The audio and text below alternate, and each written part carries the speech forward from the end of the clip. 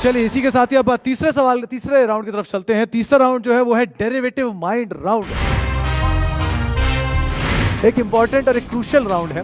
इस राउंड में हम कंटेस्टेंट से 15 सवाल पूछेंगे, तीनों कंटेस्टेंट से, और ये 15 सवाल जो होंगे इसके जवाब इन्हें बजर दबा के करने होंगे। हर सही सवाल के जवाब में आपको पॉजिटिव पॉइंट मिलेंगे 3 पॉइंट, और नेगेटिव स्कोरिंग होगी 1 पॉइंट की अगर आप इसका गलत जवाब देते हैं। तो शुरुआत कर लेते हैं हम अपने इस राउंड की। और जो पहला सवाल आपसे पूछा जा रहा है वो एक थोड़ा लेंदी और ऑप्शन रिलेटेड सवाल, यानी कि 4 ऑप्शन आपको इसके दिए जाएंगे।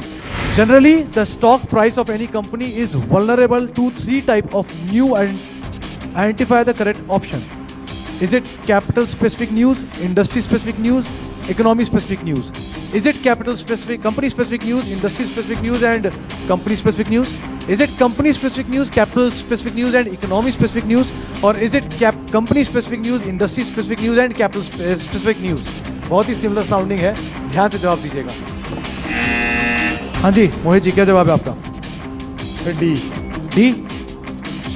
It is company specific, industry specific and capital specific. जो भी ऑप्शन आपने सुना है, जो आपने बाय गेस ही चुना था, वो गलत हो चुका है।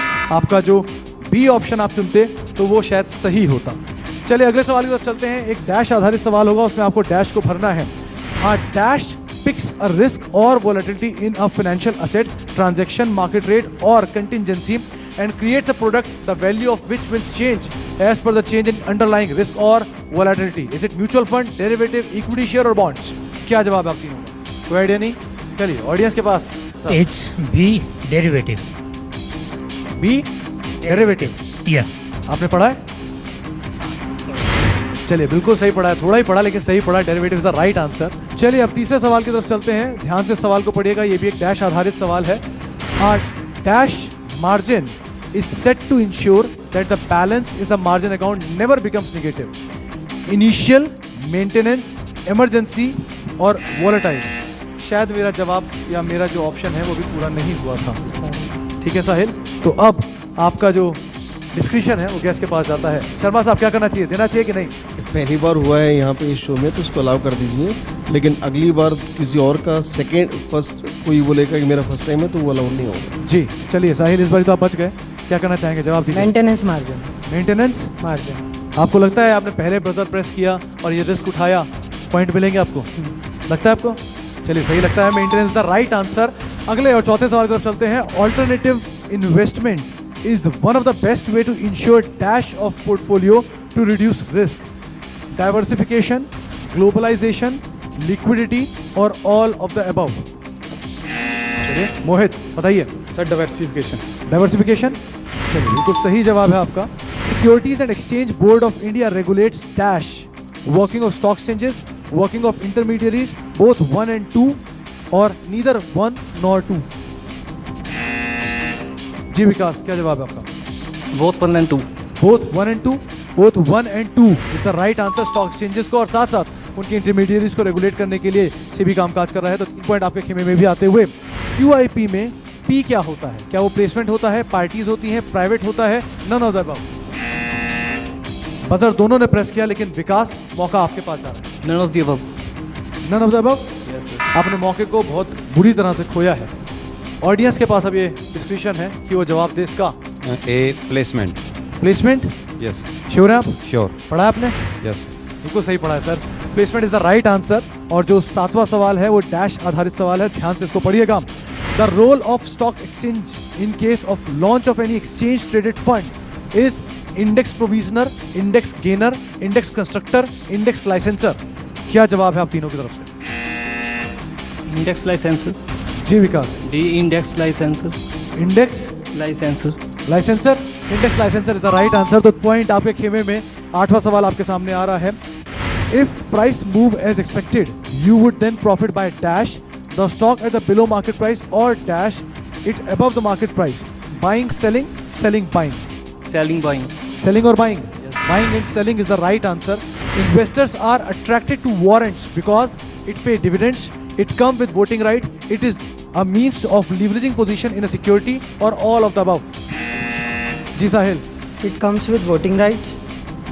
It comes with voting rights? ये जवाब है आपका? Yes sir. रिस्क उठा रहे हैं आप? Yes sir. यस है? Yes, sir. चलिए, वैसे गेस गलत है आपका। इसका सही जवाब है it is a means of leveraging position in the security. 10वें सवाल की तरफ चल रहे हैं। एक अहम सवाल है, ध्यान से पढ़िएगा। Cash is a long position in a call and two puts with the same strike price and expiration date. Is it strip, strap, strangle और स्ट्रैडल? इस बार भी विकास आप ही के पास मौका है। खैर बताइए क्या जवाब है आपका? Straddle, D straddle.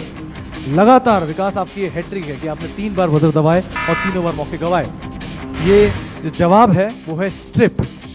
अगले और 11वें सवाल की तरफ हम बढ़ रहे हैं। Counter party risk is a very high in forwards, futures, equities, all of the above. Vikas, चौथा ऑप्शन या चौथी बार आपके पास ये मौका आया है, आप ध्यान से इसका इस्तेमाल करिएगा और Forward. बताइएगा जवाब। Forward. Forward Yes. श्योर है? Yes, sir. पक्का? Yes, sir. 3 गलत हो चुके हैं।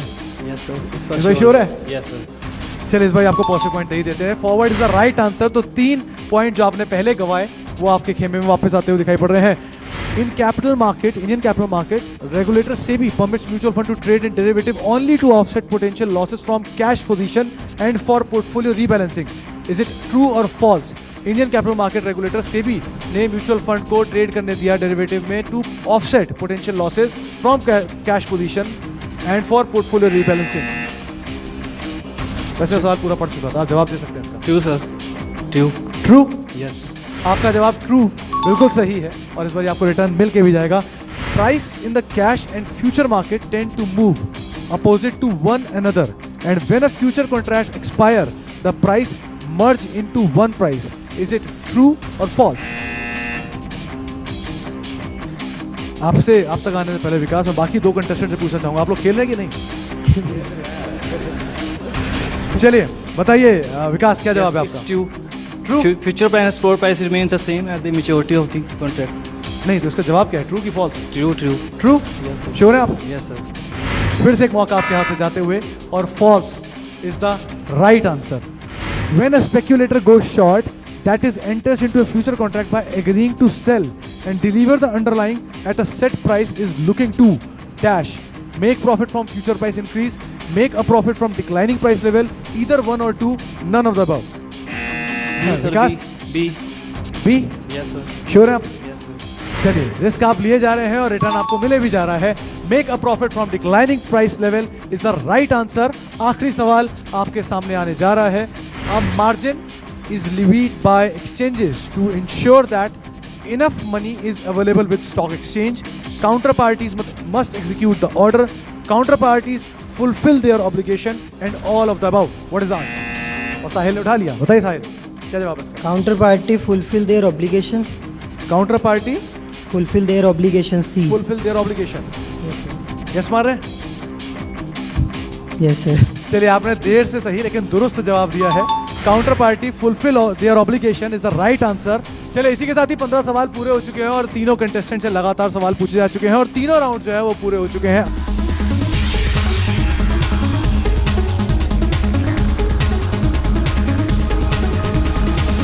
साहिल, आप स्टेज पे आएंगे।